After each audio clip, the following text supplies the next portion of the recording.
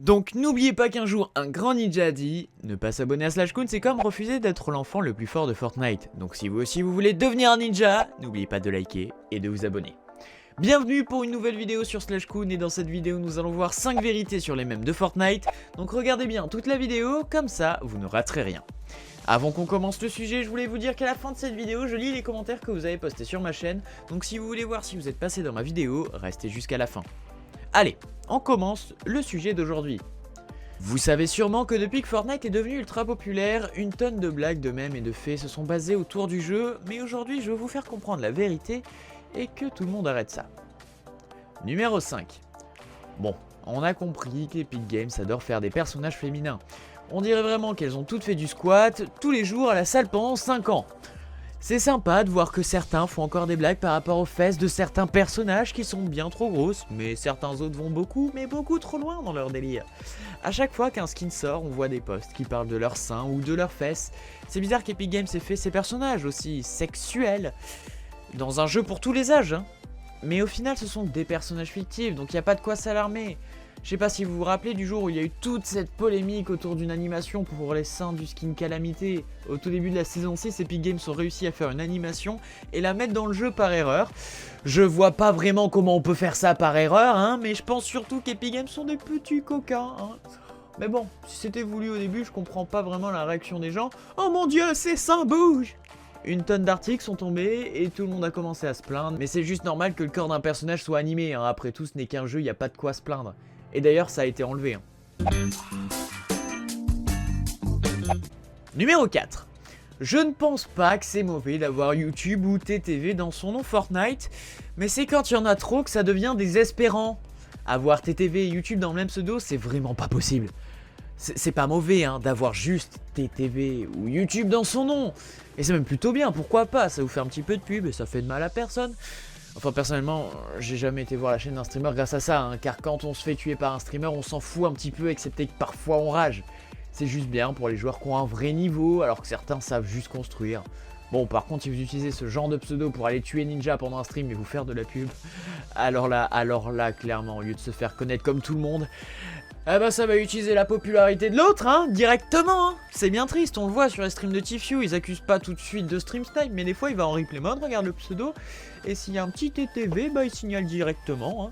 Je vous déconseille fortement d'ailleurs de le faire car vous pouvez déjà vous faire bannir, mais surtout tout le monde saura que vous êtes totalement stupide et votre chaîne grandira jamais, excepté en rageux.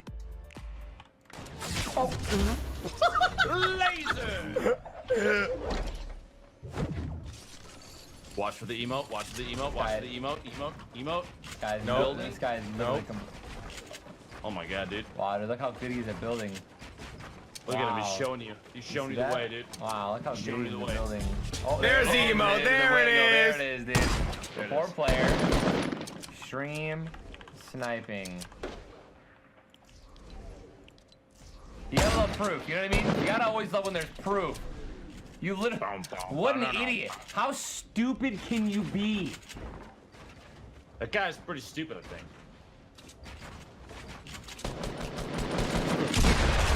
Skin swapping. You know what I mean, I'm going out of my way to make sure this guy's banned. IC5, alright. IC5, if you leave this game right now, I will not report you.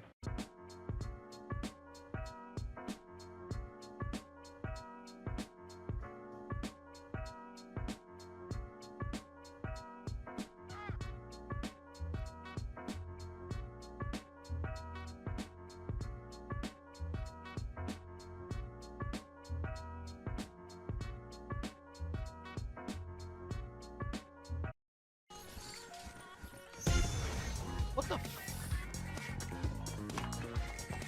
Bro, you better be King Richard's loot. I swear you. Oh my. King Richard's loot. What are you doing, man? You can't be doing me like that, bro.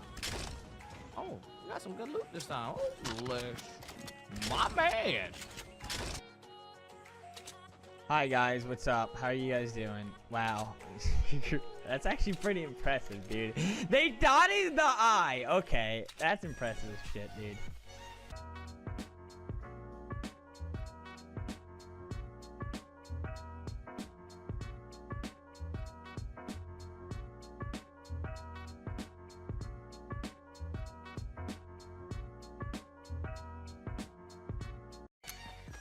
Drop it.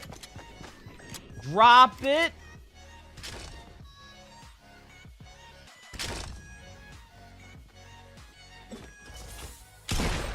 Allez, numéro 3. On voit souvent sur YouTube des vidéos avec des titres putaclic comme Tfue et Ninja, un contrat qui est le meilleur, ou encore Kinstar bat Gotaga. Et dans les chats de certains streamers, on peut voir des gens dire qu'un tel ou un tel est meilleur que le streamer qui joue. Premièrement, ça sert à rien. Directement, ça sert à rien. Et deuxièmement, c'est stupide. Chaque streamer a sa propre personnalité, son propre contenu, et il fait grandir et connaître sa chaîne à sa manière, et ils font de leur possible pour rendre leur live unique.